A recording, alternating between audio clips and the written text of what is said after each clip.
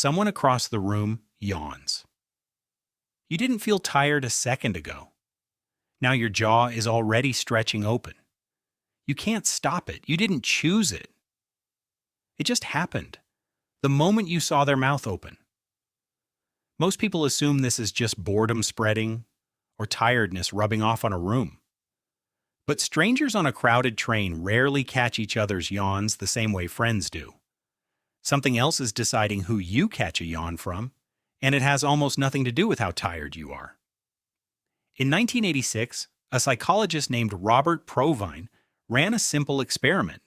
He showed people a video of someone yawning over and over and measured who yawned back. About half the viewers caught it just from watching a screen. Provine went further. He found that reading the word yawn, or even thinking about yawning, was enough to trigger one. Blind participants who could only hear an audio recording of a yawn still caught it too.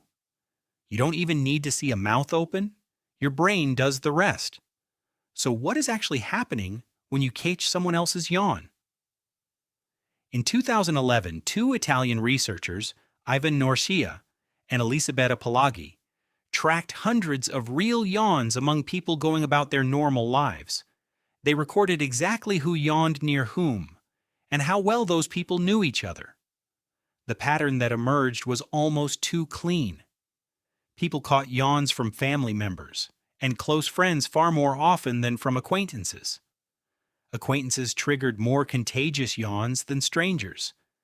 Strangers barely triggered any at all.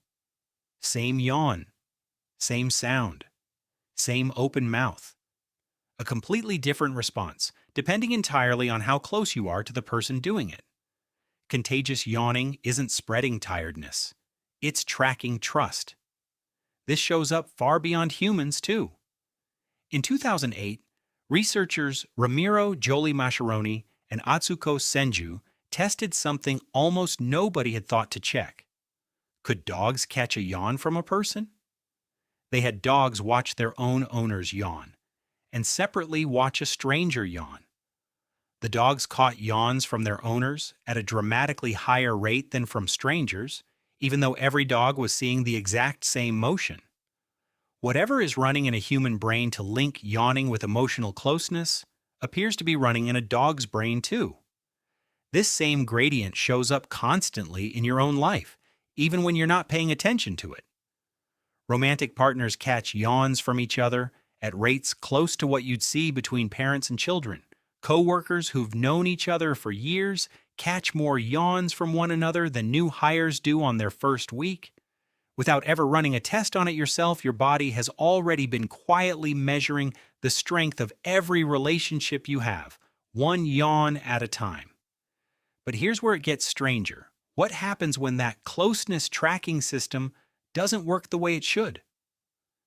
Atsuko Senju, along with his colleagues, later studied contagious yawning in children with autism spectrum disorder.